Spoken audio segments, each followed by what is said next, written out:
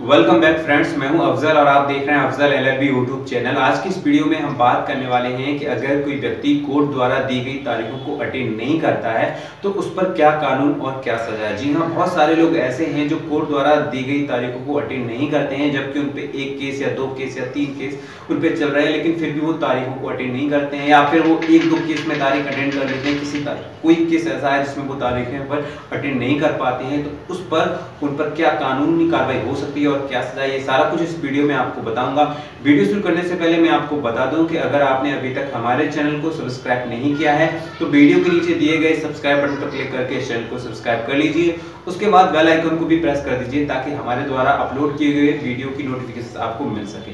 तो चलिए समय ना गवाते हुए वीडियो शुरू करते हैं। देखिए, सबसे पहली बात यह है कि अगर किसी व्यक्ति के खिलाफ कोई एफआईआर दर्ज होती है, ठीक है ना, अगर किसी व्यक्ति के खिलाफ कोई एफआईआर दर्ज होती है, अगर कोई रेस्पेक्टेड बंदा है जिसको आपने आरोपी बनाया है, ठीक है, या फिर आपको या उस बंदे को ऐसा लगता है कि जिस व्यक्ति के खिलाफ आपने एफआईआर की है, ठीक है ना, या कोई भी किसी प्रकार का कोई कंप्लेंट केस किया है, अगर उसे इस बात का डर है कि मुझे पुलिस आके गिरफ्तार कर लेगी या मुझे जेल भेजेगी, मेरी बेइज्जती हो जाएगी, तो बहुत सारे लोग क्या करते हैं कि एफआईआर के आधार पर ही, एफआईआर जो आपने शिकायत की है उसी के आधार पर पहले से ही अपनी जमानत करा लेते हैं। तो ऐसे लोग, जो लोग अपनी जमानत पहले से करा लेते हैं, उन लोगों को कभी भी सम्मन नहीं भेजा जाता। अगर किसी व्यक्ति, कोई भी आरोपी, जिन लोगों को आपने आरोपी बनाया है, अगर वो पहले से ही अपनी जमानत करा लेते हैं एफआईआर के बाद, तो उनको कोई सम्मन नहीं भेजा जाता है। अगर ऐसे व्यक्ति अगर किसी तारीखों पे नहीं आते हैं तो इनके खिलाफ जमानती वारंट या गैर जमानती वारंट जारी हो जाता है, जिसमें उन्हें अदालत आकर के अपने आप को सरेंडर करना होता है, और सरेंडर करने के बाद या तो वो जेल जाते हैं या जेल नहीं जाते हैं तो वो वहां से भी वो अपनी जमानत करा लेते हैं, या फिर उन्हें 1-2 दिन के लिए जेल जाना पड़ता है, उसके बाद उनकी जमानत मंजूर होती है, ठीक है ना। तो ये तरीका है। अब मैं बात कर लेता हूं कि कंप्लेंट केस की, या फिर ऐसा समझ लीजिए कि किसी व्यक्ति के खिलाफ कोई एफआईआर दर्ज होती है, अगर उस व्यक्ति को पता ही नहीं चलता है कि उसके खिलाफ कोई एफआईआर दर्ज हुई है या नहीं हुई है, या उसे मालूम ही नहीं, या मालूम है उसने अनदेखा कर दिया, उस केस में 1 साल 6 महीने या जो भी समय लगता है, जो थाने का जो भी प्रोसेस होता है चार्जशीट को पेश करने का कोर्ट में एफआईआर के बाद, तो अब होता ये है कि कोर्ट, थाने से जब कोर्ट में चार्जशीट पहुंचती है, कोर्ट में जब चार्जशीट पहुंचती है, उसके बाद भी, एक चार्जशीट पहुंचने के बाद भी अगर आरोपियों को नहीं पता है कि आप पता है उनको अनदेखा किए हुए हैं, ठीक है ना, उसके बाद अगर उन्होंने जमानत नहीं कराई है तो उस केस में अदालत से आरोपियों को सम्मन भेजा जाएगा। समझ लीजिए, चार्जशीट के बाद आरोपियों को सम्मन भेजे जाते हैं और उन्हें अदालत बुलाया जाता है। सम्मन एज ए नोटिस समझ लीजिए, कानूनी लीगल नोटिस, ठीक है, अदालत से पहुंचता है ये, ठीक है ना। तो उसमें यह है कि अगर आरोपी सम्मन को रिसीव नहीं करते हैं तो उस केस में अगली तारीख पर फिर से सम्मन भेजा जाता है, और उसके बावजूद भी वो सम्मन को रिसीव नहीं करते हैं, फिर दोबारा से सम्मन भेजा जाता है। 4 बार 5 बार ऐसे सम्मन भेजे जाते हैं जब तक कि वो रिसीव ना कर लें। अगर वो सम्मन रिसीव करते नहीं है तो उस केस में सिर्फ सम्मन ही भेजे जाते हैं। कभी कभी अदालत को ऐसा लगता है कि आरोपी जानबूझ करके सम्मन को रिसीव नहीं कर रहा है, तो उस केस में उसके खिलाफ वारंट हो जाता है। लेकिन ये एक बड़ा प्रोसेस है, कम से कम अदालत 10 या 20 बार सम्मन भेजती है और उसके बावजूद भी सम्मन रिसीव नहीं होते हैं। जब अदालत को भी लगने लगता है कि हाँ, आरोपी कुछ गड़बड़ी कर रहा है, तो उस केस में उसके खिलाफ वारंट जारी कर दिया जाता है। अब मैं बात करता हूं कि अगर मान लीजिए कि अगर किसी व्यक्ति को सम्मन भेजा गया, या तो व्यक्ति ने पहली बार में ही सम्मन रिसीव कर लिया, या फिर उसने 2-4 बार सम्मन रिसीव नहीं किया और 5वीं बार उसने सम्मन रिसीव कर लिया। अगर पहली बार में सम्मन रिसीव कर लिया उसके बाद नहीं जा रहा है, या चौथी 5वीं बार सम्मन रिसीव कर लिया उसके बाद नहीं जा रहा है, तो उस केस में उसके खिलाफ वारंट हो जाएगा, क्योंकि एंट्री होती है इस चीज की कि सम्मन रिसीव हुए या नहीं हुए। अगर सम्मन रिसीव हो जाते हैं एक बार, उसके बाद अगर आरोपी कोर्ट में नहीं जाता है और अपनी जमानत नहीं कराता है तो उसके खिलाफ वारंट हो जाते हैं। और वारंट में ये है, पहले जमानती वारंट होते हैं। जमानती वारंट में ये होता है कि आरोपी आए और अपनी जमानत कराए। पहले तो उसे अदालत में अपने आप को सरेंडर करना पड़ता है, और सरेंडर करने के बाद उसे एक रिटन एप्लीकेशन देनी होती है जिसमें वो अपना रीजन देता है। अगर अदालत को रीजन पसंद आता है तो ठीक है, उसे छोड़ देगा, उसके बाद उसे जमानत करानी पड़ती है। अगर नहीं होता है, अगर रीजन सही नहीं होता है तो अदालत उसे जेल भेज देती है, और जेल भेजने के बाद वो अपनी जमानत कराता है अगर गैर जमानती वारंट है तो। अब मैं बात कर लेता हूं कि बहुत सारे केस ऐसे हैं जैसे कि जिसमें नोटिस जा रहे हैं, ठीक है, लेकिन आरोपी आ ही नहीं रहा है अदालत में, उसका क्या, ठीक है ना। तो ऐसी सिचुएशन में जैसे कि मैं आपको बता देता हूँ, जैसे कि बहुत सारे ऐसे केस हैं समझौतावादी, जैसे कि दहेज उत्पीड़न, छोटे छोटे मारपीट के केस, ये केस समझौतावादी हैं, छोटे केस माने जाते हैं। ऐसे केसों में क्या होता है कि सबसे पहले जब आप एफआईआर दर्ज करते हैं, एफआईआर दर्ज करने के बाद कोर्ट में चार्जशीट आती है, ठीक है। अगर आरोपी अगर जमानत नहीं कराता है, समझ लीजिए अगर आरोपी अपनी जमानत नहीं कराता है तो आरोपियों को समन जाते हैं, ठीक है ना।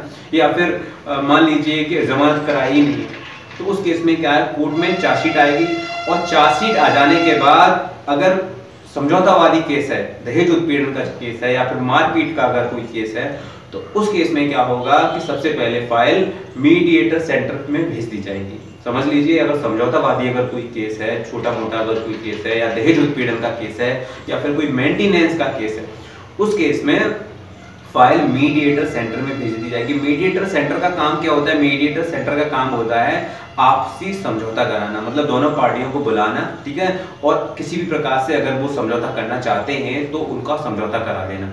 लेकिन कभी कभी क्या होता है कि पार्टियां समझौता करना नहीं चाहती हैं या फिर आती ही नहीं है। कभी मान लीजिए वादी पक्ष नहीं आ रहा है या कभी प्रतिवादी पक्ष नहीं आ रहा है, अब मीडिएटर सेंटर से उन्हें कॉल भी लगाया जाता है जो आरोपी होते हैं उनको, ठीक है ना, और उन्हें नोटिस भी भेजा जाता है। अगर उन नोटिसों पे आरोपी अगर नहीं आ रहा है तो उन्हें कोई प्रॉब्लम नहीं है, क्योंकि जो 2 महीने का जो टाइम होता है, 1.5 से 2 महीने या 8 से 10 तारीख आप मान सकते हैं, मीडिएटर सेंटर की 8 से 10 तारीख है तक अगर उन तारीखों पे उन नोटिसों पर अगर आरोपी नहीं आता है तो उसके खिलाफ कोई वारंट नहीं होगा, ठीक है ना। मीडिएटर सेंटर से अगर किसी प्रकार का कोई नोटिस जाता है तो उस पर कोई वारंट नहीं होता है। अगर वो नहीं आते हैं तो नो प्रॉब्लम। उस केस में क्या है कि मीडिएटर सेंटर फाइल को कोर्ट में भेज देता है। मीडिएटर सेंटर अलग चीज होती है, कोर्ट अलग चीज होता है, ठीक है ना। मीडिएटर सेंटर एक बीच का समझ लीजिए, समझौतावादी एक बिचमनिया एक तरह से जिसे बोलते हैं हम लोग गाँव की भाषा में, बिचमनिया, बीच का आदमी है, बीच की संस्था है जो दोनों पार्टियों में समझौता कराने की कोशिश करती है। अब ये है कि अगर समझौता नहीं हो रहा है तो फाइल मीडिएटर सेंटर से उसमें चली जाएगी कोर्ट में। कोर्ट से अगर आरोपी अपनी जमानतें करा चुका है, ठीक है ना, तो उसे उपस्थित होना पड़ेगा। अगर वो उपस्थित नहीं हो रहा है, तारीखों पे नहीं आ रहा है, ठीक है ना, 1-2 तारीख या 1 या 2 तारीख पे नहीं आ रहा है तो तीसरी तारीख में उसके 100% उसके खिलाफ वारंट जारी हो जाएगा। ज्यादातर वारंट हो जाता है। कभी कभी ऐसा होता है कि जज साहब की या मजिस्ट्रेट की नजरों से बचा हुआ मैटर होता है तो बच जाते हैं। कभी कभी 3-3, 4-4 तारीख तक लोगों के वारंट नहीं होते हैं, लेकिन कभी कभी 1 या 2 तारीख अटेंड ना करने पर भी वारंट हो जाते हैं, ठीक है ना। तो वारंट हो जाएंगे। उस केस में क्या है कि जमानती वारंट है तो उसे आना पड़ेगा, गैर जमानती वारंट है तो उसे आके अपनी जमानत कराए या फिर जेल जाएगा, उसके बाद जमानत कराएगा। अगर नहीं आ रहा है फिर भी तो पुलिस जाती है, उसके बाद गिरफ्तार करती है, अदालत में प्रस्तुत करती है और प्रस्तुत करने के बाद उसे जेल भेज देती है और जेल भेजने के बाद वो अपनी जमानत कराता है और बाहर आ जाता है। तो ये पूरा प्रोसेस है। अब मैं बात कर रहा हूँ आगे की, अगर ये तो हो गई मीडिएटर सेंटर की। अगर मीडिएटर सेंटर की तारीखों पर अगर आरोपी नहीं आता है तो कोई प्रॉब्लम नहीं होने वाली है। अब उसके बाद कोर्ट से सम्मन जाते हैं, ठीक है।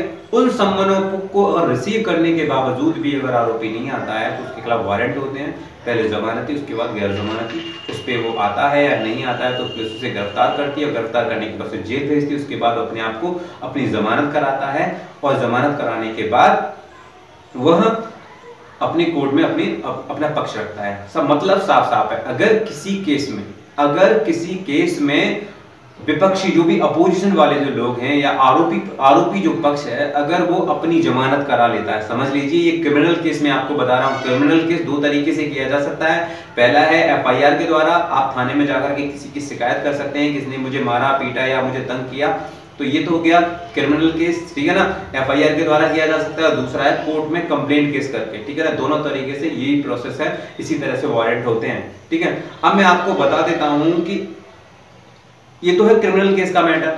अगर कोई केस बीच में चल रहा है, ठीक है, कुछ तारीखों पे कोई व्यक्ति आया और बाद में नहीं आ रहा है, तो आपको ये बात आपको देखनी है कि ऐसा तो नहीं है कहीं कि मान लीजिए कि जो आरोपी पक्ष से मान लो आपने 4 लोगों को आरोपी बनाया। ज्यादातर दहेज उत्पीड़न के मैटरों में ऐसा होता है कि जो घर वाले होते हैं, मुकदमा ज्यादातर उन लोगों के खिलाफ ही होता है, जिसमें सास ससुर पति और ननद, ठीक है ना, जेठानी जेठ भी शामिल कभी कभी हो जाते हैं। बहुत से लोग देवर को भी इन्वॉल्व कर लेते हैं। तो ये 5-7 लोग होते हैं, ठीक है ना। तो इसमें से अगर मान लीजिए अपनी जमानत कराने के बाद, जमानत तो सबको करानी पड़ेगी, जमानत कराने के बाद अगर उसके बाद एक भी व्यक्ति नहीं आ रहा है तो वारंट होंगे, ठीक है ना।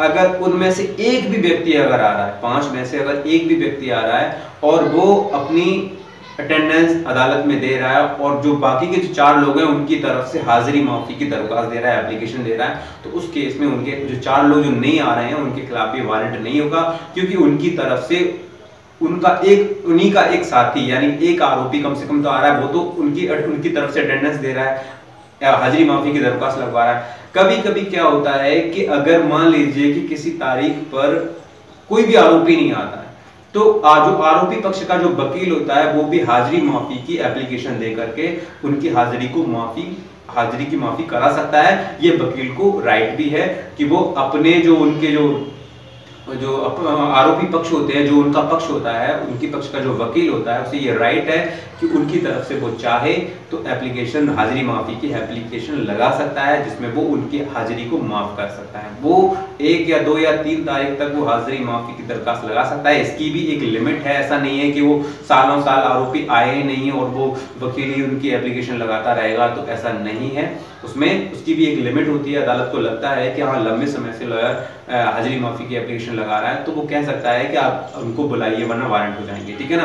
तो उस केस में जो आरोपी होते हैं उनको आना होता है, 1 भी या 2, कभी कभी अदालत को अगर लगता है सभी लोगों को बुलाना है तो सभी लोगों को बुलाना है। अगर एक व्यक्ति आता है बाकी सभी लोगों की हाजिरी माफी लगा देता है तब भी प्रॉब्लम है, क्योंकि अगर कभी कभी अदालत ये देखती है कि कौन व्यक्ति ऐसे हैं जो लंबे समय से नहीं आ रहे, या फिर कभी ऐसा होता है कि 5 मान लो आरोपी बनाए, एक तारीख पे कोई आरोपी आ गया, 5 आरोपियों को बनाया, तो यानी 5 तारीख पे हर व्यक्ति एक एक करके जा सकता है, अपने जो 4 लोग हैं उनकी वो एप्लीकेशन दे सकता है। तो इस तरह से चलेगा, ठीक है। अगर किसी दिन कोई भी नहीं आता है तो उस केस में वकील भी एप्लीकेशन लगा सकता है, हाजिरी माफी के लिए दरखास्त दे सकता है। लेकिन अगर कोई ना तो वकील एप्लीकेशन दे रहा है, ठीक है, ना ही उनकी आरोपी पक्ष का एक भी व्यक्ति आ रहा है, एक भी आरोपी आ रहा है, और ना वकील एप्लीकेशन दे रहा है, ना ही कोई इनकी हाजिरी माफी की कोई दरखास्त लगी हुई है, उसके बावजूद भी उनके खिलाफ वारंट नहीं है, तो ऐसी सिचुएशन में आपको अपने वकील से कांटेक्ट करना है और वकील को बताना है कि लंबे समय से ना ही किसी प्रकार की कोई हाजिरी माफी है, ना कोई एप्लीकेशन है, और फिर आरोपी पक्ष आ ही नहीं रहा है अदालत में, तो वकील अदालत में बहस करेगा और उनके खिलाफ वारंट जारी कराएगा। अगर कोई एफआईआर के द्वारा केस है तो उस केस में भी आपको ये बताना है कि इनके खिलाफ भी लंबे समय से नहीं आ रहे हैं। कभी कभी क्या होता है कि 5-6 तारीख करने के बावजूद भी, 1-2 तारीख की बात छोड़ो, 5-6 तारीख करने के बावजूद भी या 5 तारीख हो जाती है उसके बाद भी आरोपियों के खिलाफ वारंट नहीं होते, क्योंकि उन्हें पता ही नहीं होता, काम अदालत में इतना होता है। तो उस केस में आपको बताना होता है कि कई लंबी समय से ये तारीखों को अटेंड नहीं कर रहा है, उस केस में उनके खिलाफ वारंट कर दिया जाता है, लेकिन ये आपको बतानी होती है, ठीक है ना। आशा करता हूं ये वीडियो आपको पसंद आया होगा। ये तो उन लोगों के लिए है जो क्राइम केस है। अब मैं बात करता हूं सिविल केसेस के बारे में। सिविल केस का मतलब ये है कि जो केस प्रॉपर्टी से रिलेटेड है, ठीक है ना, बंटवारे से रिलेटेड है, उस केस में, या फिर किसी प्रकार के कब्जे से रिलेटेड है, अगर उस केस में अगर कोई व्यक्ति केस करता है, ठीक है ना, केस करने के बाद इसमें विपक्षी होता है, एक वादी पक्ष होता है और एक विपक्षी होता है, विपक्ष, ठीक है ना, दूसरा पक्ष, उसको हम आरोपी नहीं बोल सकते क्योंकि उसने कोई अपराध नहीं किया है। अगर कब्जे को लेकर के कोई मैटर है या बंटवारे को लेकर के अगर एक भाई अपनी प्रॉपर्टी का हिस्सा चाहता है, अगर वो एक वादी पक्ष के रूप में अगर केस फाइल करता है, ठीक है ना, तो उस केस में दूसरा जो पक्ष होता है अपोजिशन, उसको विपक्षी बोला जाता है। तो उस केस में अगर विपक्षी नहीं आ रहा है तो अदालत से पहले तो एसडीएम कोर्ट से या दीवानी से, ठीक है ना, उनको सम्मन चाहते हैं। अगर वो सम्मन या नोटिस, जो भी आप कह लीजिए, एज ए नोटिस मैं कहूँगा, सम्मन तो उनको कहेंगे ही नहीं क्योंकि उसमें वारंट नहीं होते हैं, या ऐसा कह लीजिए कि सम्मन जा रहा है, अगर सम्मन को रिसीव करने के बावजूद भी नहीं आ रहा है तो आरोपियों के खिलाफ वारंट नहीं होंगे। ऐसी सिचुएशन में जो मामला है अदालत पहले ये देखेगी कि ये अगर लंबे समय से नहीं आ रहा, मान लो कि कई बार समन जा चुके हैं लेकिन फिर भी नहीं आ रहा है, तारीखें पड़ रही हैं, नहीं आ रहा है, सालें गुजर चुकी हैं लेकिन फिर भी नहीं आ रहा है, तो अदालत वन साइड फैसला कर देती है, ठीक है ना, वन साइड डिसीजन दे देती है, उसके पक्ष में दे देती है जिसने केस किया है। जैसे कि अगर वो बंटवारा चाहता है तो वो किस तरह से बंटवारा चाहता है, किस टाइप का बंटवारा होना चाहिए, ठीक है, उस तरह से जैसा वो चाहता है उसके हिसाब से बंटवारे को मंजूरी दे जाती है, उसे बोलते हैं वन साइड फैसला, ठीक है ना। तो अदालत उसके हक में फैसला कर देती है और फिर लेखपाल जाता है, उसी तरह से बंटवारा तय करता है। पता लगता है बाद में जब लेखपाल गया तब उन्हें पता लगा कि भाई ये क्या हो रहा है। ये बाद में 1-2 साल के बाद, मान लीजिए कि वो फॉरेन में, विदेश में रहते हैं, या उन्हें पता ही नहीं चल पाया कि भाई हमारे खिलाफ कोई केस भी चल रहा है, तो उस केस में अगर उन्हें बाद में पता लगता है 1 साल या 2 साल, ठीक है ना, एक लिमिट होती है इसमें भी, पता लगता है या 2-4 साल बाद भी पता लगता है, तो उस केस में वैसे 6 महीने की समय सीमा होती है, लेकिन फिर भी कभी कभी ये बढ़ा भी दी जाती है। तो उसमें वो और जो विपक्षी है वो अदालत में आता है और बोलता है कि भाई मुझे को ये नहीं पता था कि मेरे खिलाफ कोई केस है, और ना ही मेरे खिलाफ कोई सम्मान नहीं आया, मैं तो विदेश में था, मुझे कैसे पता।